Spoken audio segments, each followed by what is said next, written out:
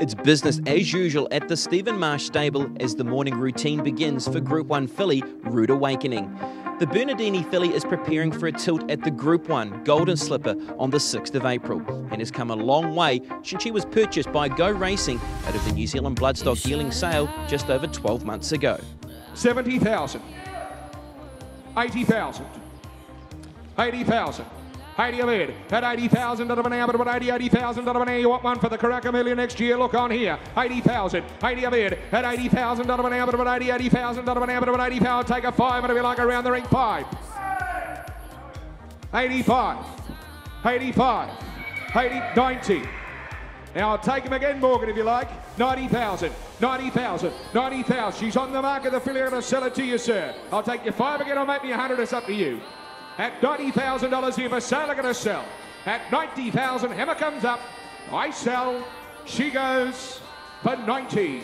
We originally bought her as an early running Karaka Millions type of horse. And look, from day one when she came into the stable, she just never put a foot wrong. And you know, everything we did with her for every time, she was very natural and sort of always was one step ahead of everything else really with everything she did. So no, look, she's always been a real natural type. Ruud Awakening was one step ahead on debut, winning with ease. This prompted a trip to Trentham, where in only her second race day start, she was victorious in the listed Wellesley Stakes. Ruud Awakening, she's out for a look now. She's had every chance as she comes at them, and Charlestown comes at them as well. And then Dancer's Tail, 200 metres to go. She grabbed the bit now, did Ruud Awakening. She found a length and a half. Charlestown, Precious Sophia's flying home with Dancer's Tail for the minors. Oh, she's good. Ruud Awakening for the Wellesley Stakes. You know, after the Wellesley, we're always going to either put her aside then and set her for the Millions or run her at Counties. We decided to run her at Counties, and obviously nothing went right that day, but she still finished a very game second, and then we decided to give her a little break and set her solely for the Millions. Ruud Awakening was freshened for the Karaka Million, where she started the short price favourite on the New Zealand TAB. The filly lived up to her reputation and delivered a devastating win in the hands of Australian jockey Craig Williams. At the 200 metres, Ruud Awakening shot away by 3 lengths. From in second spot, Fantastic Honour, then came Touche, but Ruud Awakening has awoken from the bed and she's bolted into the Karaka Million. When a lot of work goes into a horse like this, and you know, I guess the big build-up and whatnot, and to win the richest race in New Zealand was fantastic.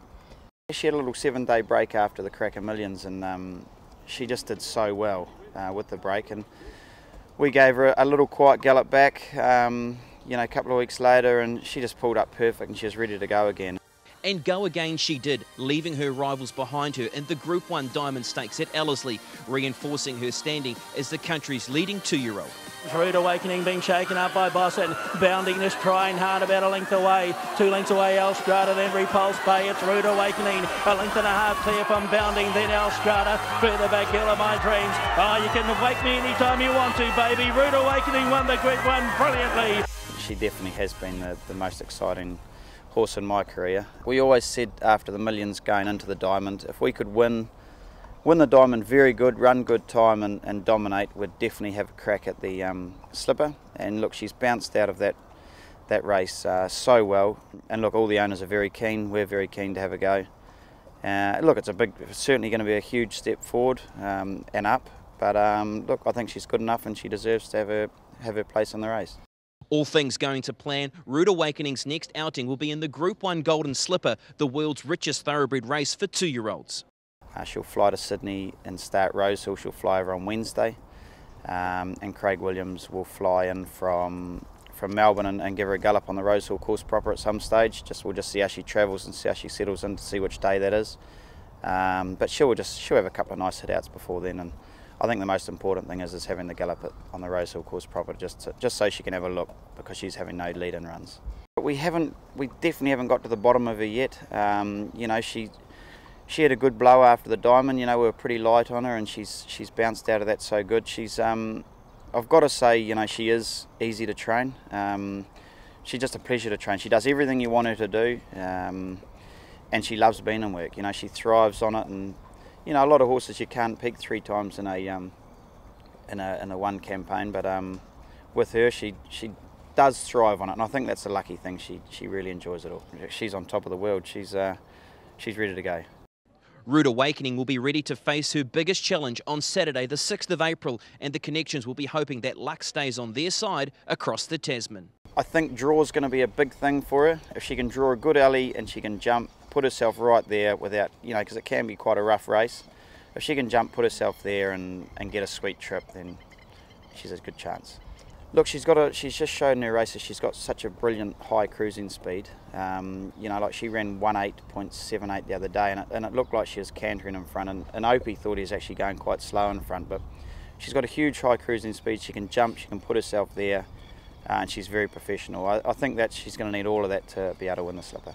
It's a race that New Zealand hasn't been able to win. So look, it'll be probably overwhelming, really.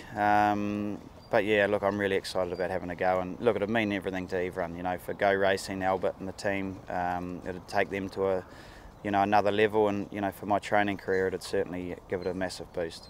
I'm just thrilled we've got a filly good enough to have a go, and hey, look, winning this race could make history. So, no, I'm very excited and really looking forward to getting over there.